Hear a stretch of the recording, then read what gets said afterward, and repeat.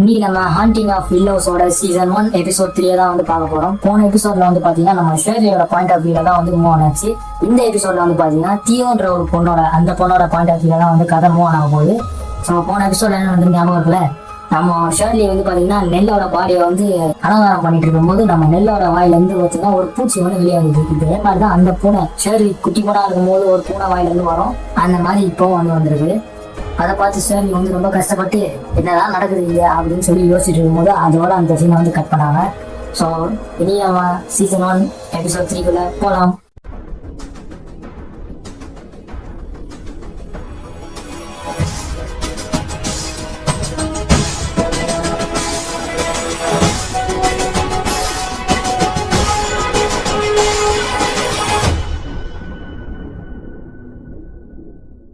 இப்போ கதை வந்து பாத்தீங்கன்னா அப்படியே பாசிட்டிவ் போது நம்ம குட்டி பொண்ணு தீய வந்து பாத்தீங்கன்னா பெட்ல வந்து தூங்கிட்டு இருக்காங்க. அப்போது அவங்க மேல யாரை வந்து கை போடுற மாதிரி இருக்கு. அப்போ தீயா சொல்றாங்க, சரி இது நீ தானே ஏன் கெட்ட என்கிட்ட வந்து பாத்துங்க அப்படின்னு சொல்லி தீயா மட்டும் பேசிட்டே இருக்கு. ஆனா அந்த சைட்ல இருந்து ஷேர்லி கிட்ட வந்து எந்த ஒரு குரலுமே காணும்.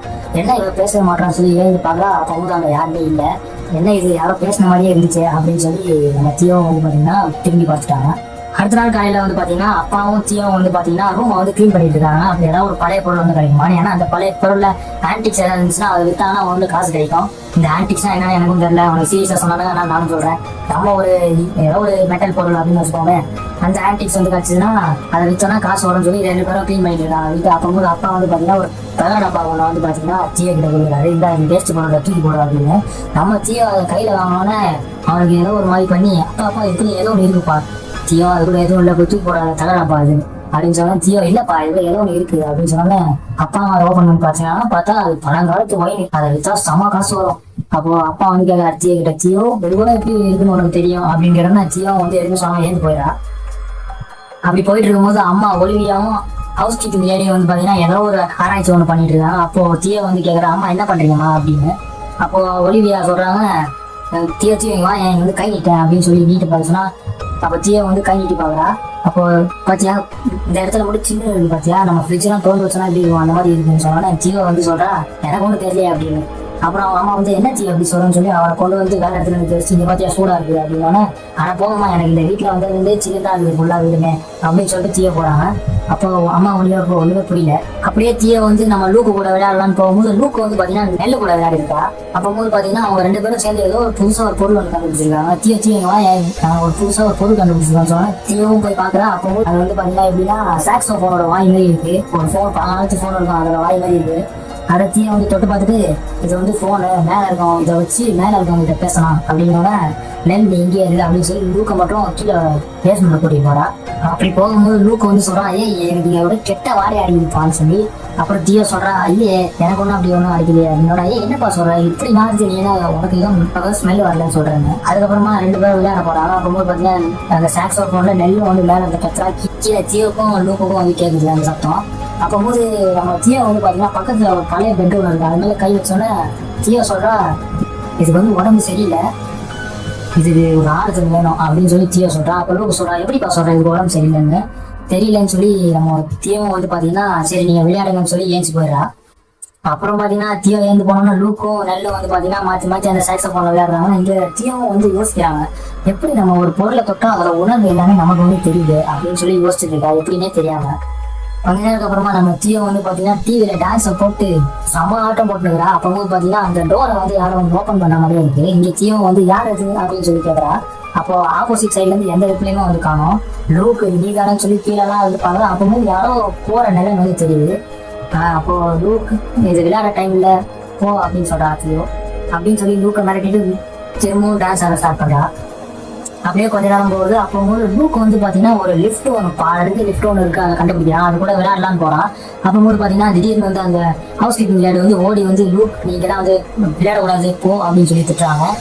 அப்போ தீய வந்து பக்கத்துல வரா. அப்போ தீய வந்து அந்த ஹவுஸ் கீப்பிங் லேடி வந்து சொல்றாங்க. அப்போ தீய சொல்றா இவங்க பயந்துருக்காங்க அப்படின்னு.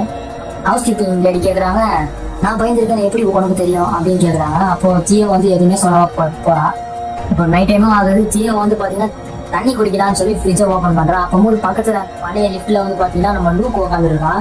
அப்போ தியோ வந்து பக்கத்துல போய் கேட்கறான், ஐயோ லூக் இது தூங்குறியா, இங்க என்ன பண்ணிட்டு இருக்க அப்படின்னு.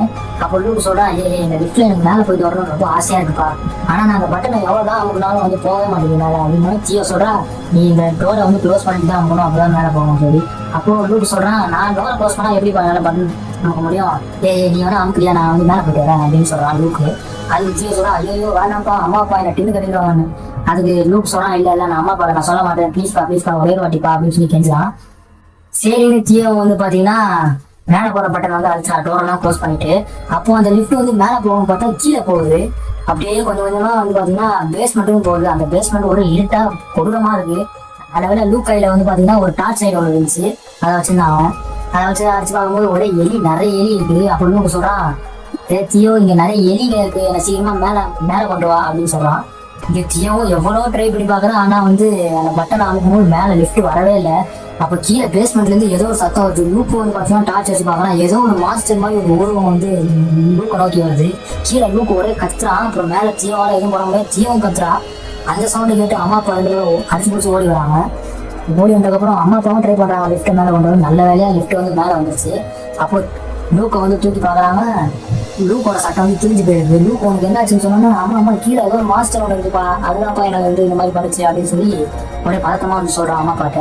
அப்புறம் அம்மா அப்பா எதுவும் நம்பவே இல்லை, லூக் அந்த மாதிரிலாம் ஒன்றும் இருக்காது, அதான் அவனோட பிரம்மன்னு சொல்லி திரும்பி அவங்க தியோவை போட்டு திட்டுறாங்க. ஏன்னா தியோ தான் வந்து லிஃப்ட் ஆன் பண்ணி விட்டதுன்னு சொல்லி தியோவை போட்டு சமத்திட்டு திட்டுறாங்க. அப்புறம் தியோ வந்து பாத்தீங்கன்னா கண்டுக்கிட்டே அவன் ரூமுக்கு போறான். இப்போ அடுத்த நாள் காலையில ஆகுது. நம்ம தியோ வந்து பாத்தீங்கன்னா லூக்கை பார்க்கலாம்னு சொல்லி அவன் ரூமுக்கு வந்து போறா. அப்போ நம்ம லூக் வந்து பாத்தீங்கன்னா வரைஞ்சிட்டு இருக்கான். அப்போ கிட்ட போய் தியோ கேட்கறான், ஐயே லூக் உனக்கு ஒன்றும் ப்ராப்ளம் இல்லையா, நல்லா இருக்கியா அப்படின்னு சொல்லி கேட்கறான். அப்போ லூக் சொல்றான், அம்மா அப்பாவும் என்ன நம்பவே மாட்டாங்க, கீழே ஒரு பேஸ்மெண்ட் இருக்குன்னு சொன்னா அவங்க நம்ப மாட்டாங்க, ஏன்னா ப்ளூ பிரிண்ட்ல வந்து அந்த மாதிரி ரூம் எதுவுமே இல்லையாமே, அது ஏதோ சின்ன ரூமா இருக்கும் போல இருக்கு அப்படின்னு சொல்றாங்க. நம்பவே மாட்டேங்கிறாங்க. அது மட்டும் இல்லாம என் சட்டையை கிழிஞ்சது ஒரு மாஸ்டர் தான், ஆனா அம்மா அப்பா வந்து ஏதோ ஒரு கம்பியில பட்டு அதை வந்து கிழிஞ்சிருக்கும் அப்படின்னு சொல்றாங்க. யாருமே நான் நம்பவே மாட்டாங்க லூக் சொல்லும் போது தியோ வந்து லூக்கோட கையை தொட்டு பார்த்துட்டு, நான் ஒன்று நம்புறேன், நம்ம கீழே பேஸ்மெண்ட் இருக்குன்னு சொல்லி எல்லாருக்கும் நிரூபிக்கலாம் அப்படின்னு சொல்றாங்க தியோ.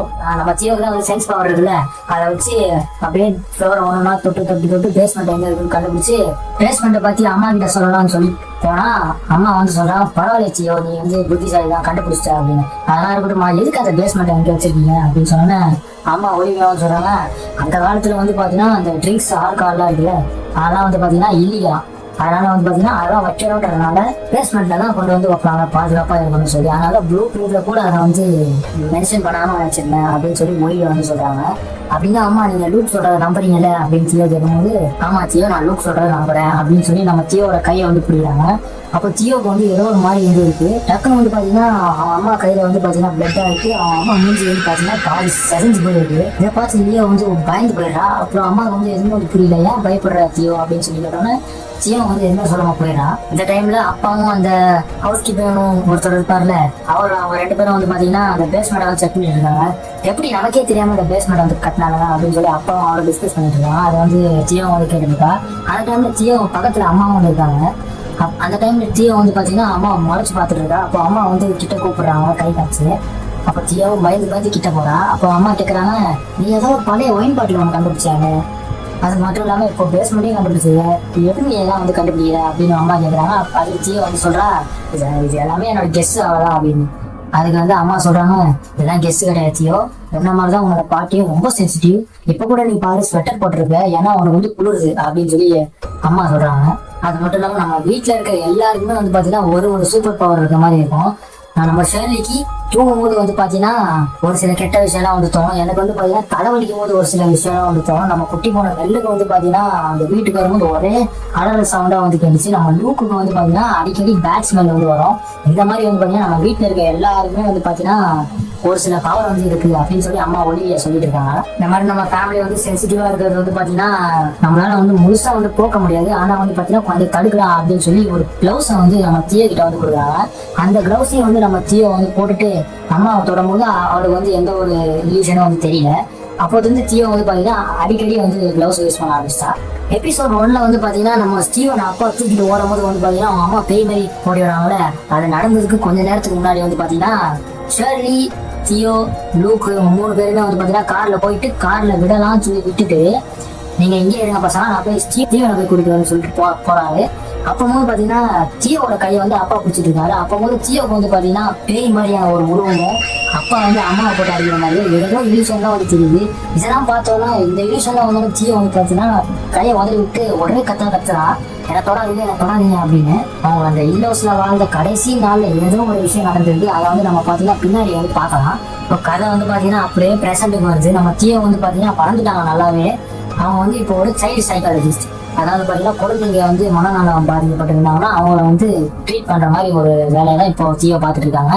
இப்போ கூட வந்து அவங்க பொருளெல்லாம் வந்து தொட்டா அதோட உணர்வு வந்து ஃபீல் பண்ண முடியும் அவங்களால வந்து. அப்பதான் கிளினிக் வந்து பாத்தீங்கன்னா கெல்சின்னு ஒரு குட்டி பொண்ணு வந்து வந்திருக்கா. அவங்க அம்மா அப்பா வந்து நான் தியோ கிட்ட வந்து கூட்டிட்டு வந்திருக்காங்க. அப்போ தியோ கேட்கறாங்க, சரி சொல்லு பாப்பா இப்போ உனக்கு என்ன பிரச்சனை அப்படின்னு சொல்லி கேட்டோன்னா அந்த குட்டி பொண்ணு வந்து சொல்றா, மிஸ்டர் ஸ்மைலின்னு ஒருத்தன் இருக்கான், அவன் வந்து பாத்தீங்கன்னா அடிக்கடி என்னை வந்து வீட்டுல வந்து பயமுத்துறான் அப்படின்னு சொன்னா நம்ம தியோ சொல்றாங்க, இது சின்ன பசங்களுக்கு வர சாதாரண விஷயம் தான், இமேஜினரி ஃப்ரெண்டு அப்படின்னு நினைச்சிட்டு இருக்காங்க.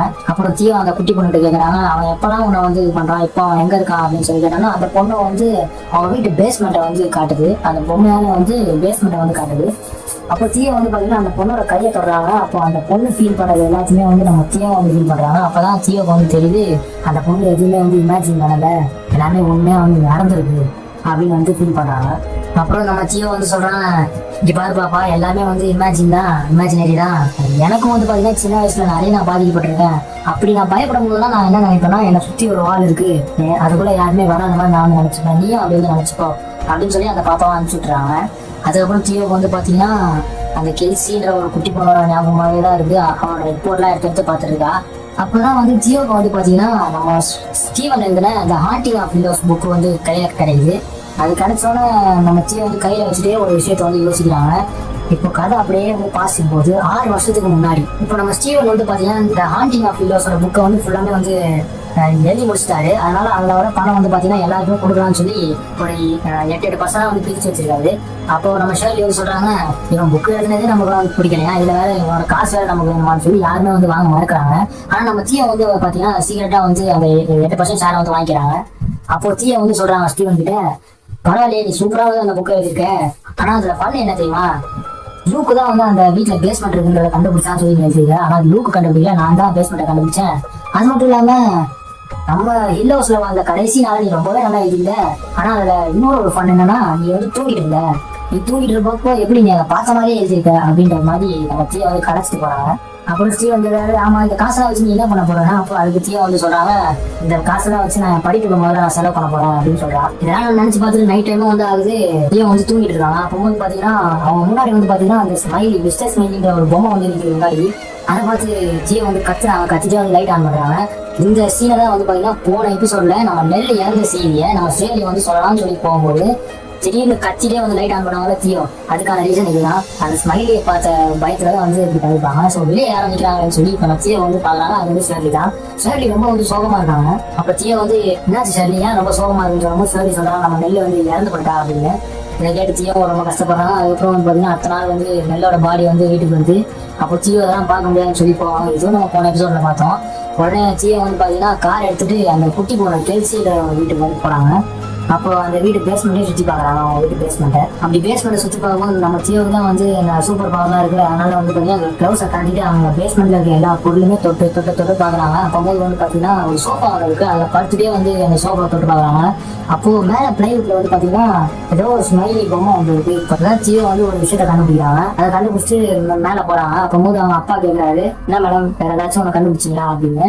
அதுக்கு தியோ சொல்றாங்க, இல்ல நார்மலான பேஸ்மெண்ட் தான் அப்படின்னா. அப்பா சொல்றாரு, அதுதான் நான் ஃபர்ஸ்ட் லைன்ல சொல்றேன், பொண்ணுக்கு எந்த பிரச்சனையும் கிடையாது, அவன் சீக்கிரமா வந்து சரியாயிடுவான், நார்மலான விஷயம் தான் அப்படின்னோட தியோ வந்து கை கொடுக்குறாங்க அந்த அப்பாவுக்கு. அப்பதான் வந்து தியோக்கு எல்லா விஷயமும் தெரியுது. அந்த பேசின்ற ஒரு சின்ன பொண்ணு வந்து இப்படி இருக்கிற காரணம் இந்த ஆள் தான் அந்த பொண்ணை வந்து அபியூஸ் பண்ணிருக்காரு அப்படின்றத தியோ வந்து கண்டுபிடிக்கிறாங்க.